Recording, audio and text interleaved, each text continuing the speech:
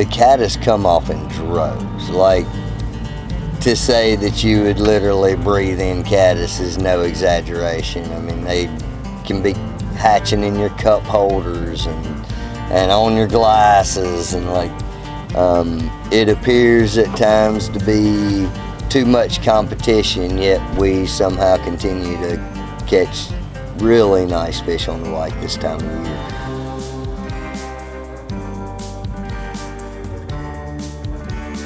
So I got this buddy that's a bait guide, and we were talking about the caddis hatch, and obviously they hate the caddis hatch, because once the caddis hatch starts, like, they aren't getting those brown trout like they have been, and getting them on those minnows. They're ignoring those things, and they're all filling up on caddis. And he told me one time, he said, "Oh heck, Chad, I can't even catch my minnows. They're eating caddis." Once the hatch started, it just goes from rainbows to brown trout, and you can be on the same water. But it's enough, it's a big enough meal, and enough of them coming out that it really gets our bigger White River brown trout going. It's literally every fish in the river, from the minnows to the big brown trout, gorge on these things through the month of April.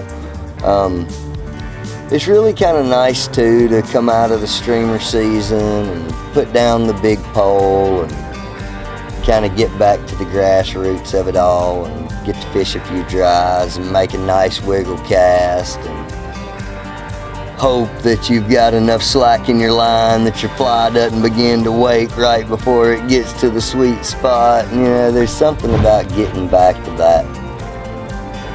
I don't know, it's kind of the new beginning of every year. So it's an awesome opportunity for people to come that may not be into the streamer game, or are capable of throwing a hopper 2 inches from the bank, that can come and get this done and have the experience of being able to catch some really nice White River trout.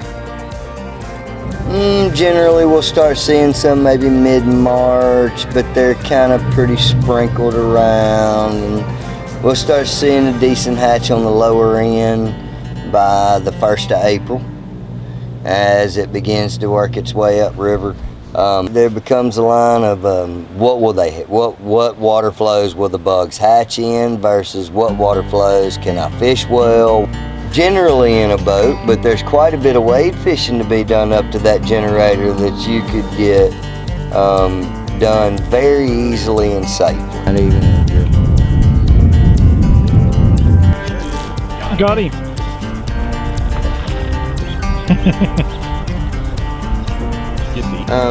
The caddis hatch, you know, as it works its way from the bottom up, it hatches all over the whole river system. You're just looking for the right water conditions within that section of river.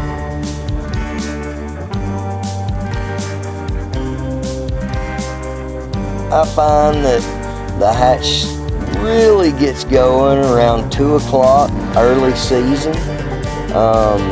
However, they'll start eating the nymphs and pupas, you know, a little earlier. You know, before you have dries, obviously you have some pupas rolling, and then as we get later into our season, mid-April, a little third week in April, we may begin to see a 10 or an 11 o'clock hatch. Not quite as prolific as the 2 o'clock, but then see a 2 o'clock then as well, where we can get a couple of different periods through the day, depending on what water flows they're giving us and what we're working with. Oh, a big push of water can put the kibosh on you, because simply the bugs aren't going to hatch. If the sun can't penetrate the bottom, we're not going to see as many bugs. The bugs that are hatching, the fish aren't coming up to them. It's much harder for us to get our nets down to them. It doesn't mean it's the death of us, and we're still going to catch nice fish, but it's not going to be like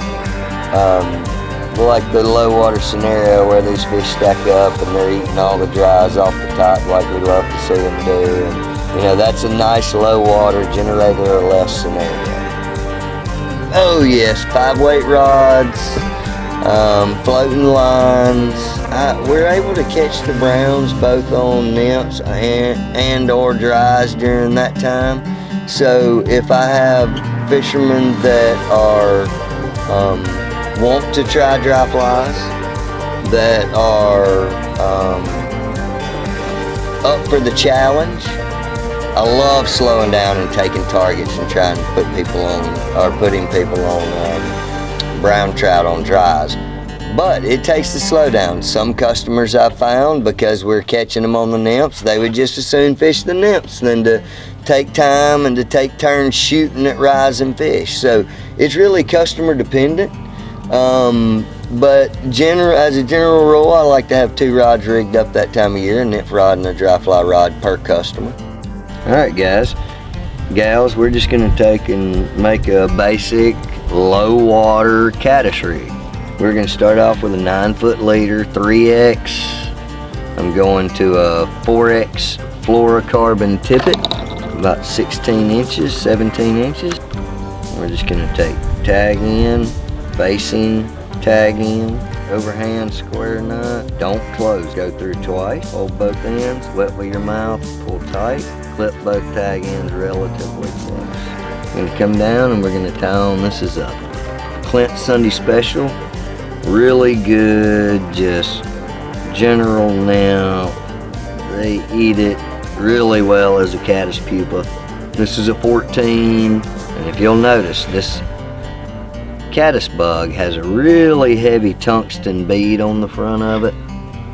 We're gonna use this as our weight to get down in our low water with. This split shot is unnecessary. I'm gonna come down now and I'm gonna go to 5X. I'm gonna come off the bend of the hook. I'm gonna tie this on at about 17 inches. I like a little bit of distance between my 2 bugs. Grammar in this particular rig, you're gonna have plenty of weight with a tungsten bead on both your caddis and a tungsten bead on your midge that you will be able to get down very easily in this water level. So this is a ruby midge by David Knowles. For when you're on the White River and all else fails, you find yourself one of these little ruby midges by David Knowles and you're liable to find yourself into a fish. Okay guys, what we've got here is Clint Sunday Special for a caddis down to a ruby midge. We get a lot of mixed hatches where we're getting a lot of caddis and midges at the same time. And so it's kind of the best of both worlds. And then depth wise here, because I am going to be fishing to a fish that I don't feel like I have to be on the bottom because they're kind of looking up because of the hatches, that I'm not going to go 1.5 times my water depth. We're going to fish about 3 to 4 foot of water, and I'm going to set it about 4 foot deep. I really like using these pulses when we're using light rigs. You can even go to a smaller pulsa if you want. You can tear this pulsa in half if you want a smaller one. But I really like these because I feel like they flow with the line. They don't create a big splash. They don't create a hinge in your line. It's kind of my favorite little indicator. You simply stick it on the line and fold. If I was going to wade fish, this is what I would use. The only difference I would make if a generator come on and I am now fishing out of my boat is I would take this very same rig with no added split shot, and instead of putting it 3 foot deep, I will stretch it out to maybe my 5 foot deep. And if I wanted to get a little deeper, I feel confident fishing this up to even like 6.5 foot deep. And then at that point, I really believe that you could probably, it would be time to change rigs and time to go to something with split shot. Enjoy yourselves out there, guys. Stay safe. It's insane.